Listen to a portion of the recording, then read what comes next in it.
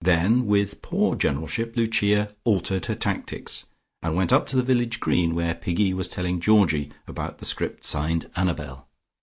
This was repeated again for Lucia's benefit. "Wasn't it too lovely?" said Piggy. "So Annabel's my guide, and she writes a hand quite unlike mine." Lucia gave a little scream and put her finger to her ears.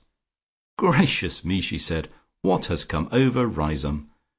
Wherever I go I hear nothing but talk of seances and spirits and automatic writing. Such a pack of nonsense, my dear Piggy. I wonder at a sensible girl like you." Mrs Weston, propelled by the Colonel, whirled up in her bath chair. "The Palmist's Manual is too wonderful," she said, "and Jacob and I sat up over it till I don't know what hour. There's a break in his line of life just at the right place when he was so ill in Egypt, which is most remarkable. And when Tommy Luton brought round my bath chair this morning, I had it at the garden door, because the gravel's just laid at my front door, and the wheels sink so far into it. 'Tommy,' I said, 'let me look at your hand a moment.' And there, on his line of fate, was the little cross that means bereavement. It came just right, didn't it, Jacob, when he was 13, for he's 14 this year, and Mrs Luton died just a year ago. Of course I didn't tell Tommy that, for I only told him to wash his hands, but it was most curious. And has your planchette come yet, Mr Georgie? I shall be most anxious to know what it writes, so if you've got an evening free any night soon, just come round for a bit of dinner and we'll make an evening of it, with table turning and planchette and palmistry. Now tell me all about the séance the first night. I wish I could have been present at a real séance, but of course Mrs Quantock can't find room for everybody, and I'm sure it was most kind of her to let the Colonel and me come in yesterday afternoon. We were thrilled with it. And who knows but that the Princess didn't write the Palmer's Manual, for on the title page it says by P, and that might be Popovsky as easily as not, or perhaps Princess." This allusion to there not being room for everybody was agony to Lucia. She laughed in her most silvery manner. "Or perhaps Peppino," she said. "I must ask, mio caro, if he wrote it. Or does it stand for Pilsen? Georgino, are you the author of the Palmist's Manual? Ecco, I believe it was you." This was not quite wise, for no one detested irony more than Mrs Weston, or was sharper to detect it. Lucia should never have been ironical just then, nor, indeed, have dropped into Italian. "No," she said, "I'm sure it was neither Il Signor Peppino nor Il Signor Pilsen who wrote it. I believe it was the Principessa, so ecco. And did we not have a delicious evening at Miss Bracely's the other night? Such lovely singing, and so interesting to learn that Signor Cortese made it all up. And those lovely words, for though I didn't understand much of them, they sounded so exquisite, and fancy Miss Bracely talking Italian so beautifully, when we none of us knew she talked it at all." Mrs Weston's amiable face was crimson with suppressed emotion, of which these few words were only the most insignificant leakage, and a very awkward pause succeeded, which was luckily broken by everybody beginning to talk again very fast and brightly.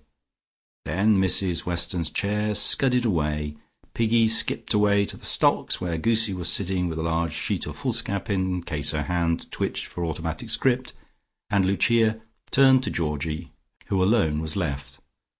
"Poor Daisy," she said. "I dropped in just now, and really I found her very odd and strange.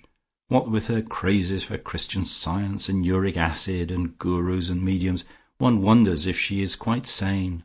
So sad. I should be dreadfully sorry if she had some mental collapse. That sort of thing is always so painful. But I know of a first-rate place for rescuers.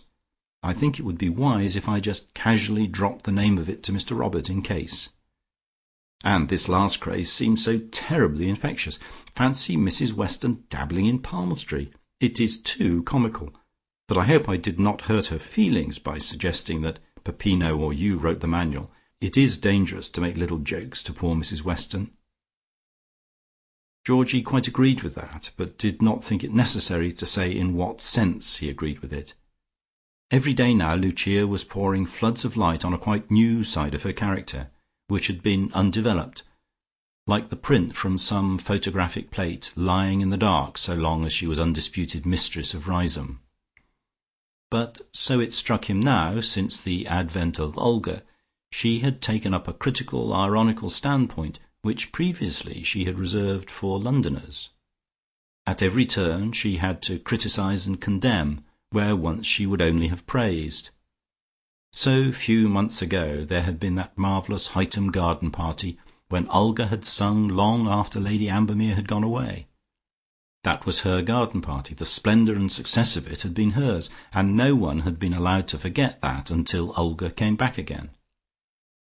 But the moment that happened, and Olga began to sing on her own account, which, after all, so Georgie thought she had a perfect right to do, the whole aspect of affairs was changed. She romped, and Riseholme did not like romps. She sang in church, and that was theatrical. She gave a party with the Spanish quartet, and Brinton was publicly credited with the performance. Then had come Mrs Quantock and her princess, and lo, it would be kind to remember the name of an establishment for rest cures, in the hope of saving poor Daisy's sanity. Again Colonel Boucher and Mrs Weston were intending to get married, and consulted a palmist's manual, so they too helped to develop, as with acid, the print that had lain so long in the dark.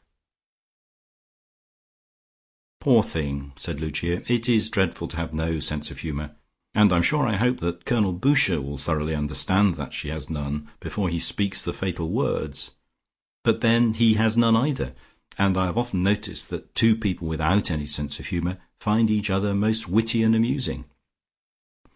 A sense of humour, I expect, is not a very common gift. Miss Bracely has none at all, for I do not call romping humour. As for poor Daisy, what can rival her solemnity in sitting night after night round a table with someone who may or may not be a Russian princess? Russia, of course, is a very large place, and one does not know how many princesses there may be there. And thrilling over a pot of luminous paint and a false nose, and calling it Amadeo, the friend of Dante.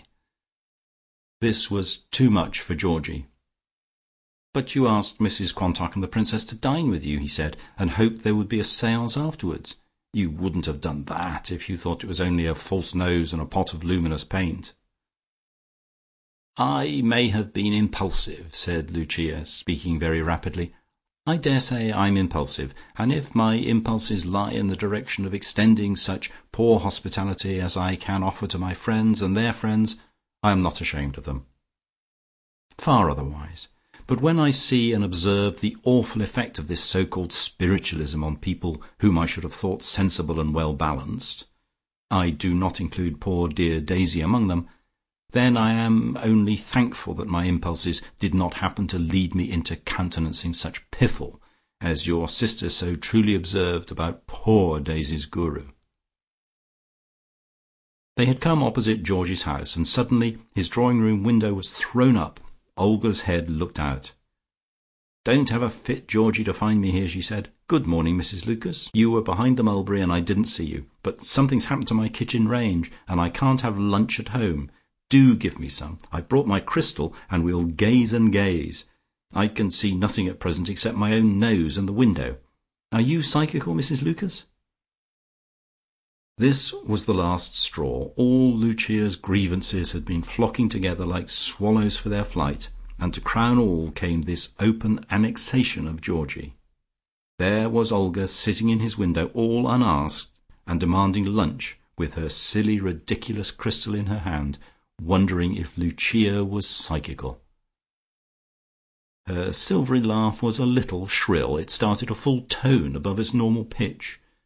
"No, dear Miss Bracely," she said, "I'm afraid I am much too commonplace and matter-of-fact to care about such things. It is a great loss, I know, and deprives me of the pleasant society of Russian princesses, but we are all made differently. That is very lucky. I must get home, Georgie." It certainly seemed very lucky that everyone was not precisely like Lucia at that moment, or there would have been quarrelling. She walked quickly off, and Georgie entered his house. Lucia really had been remarkably rude, and if allusion was made to it, he was ready to confess that she seemed a little worried. Friendship would allow that, and candour demanded it, but no allusion of any sort was made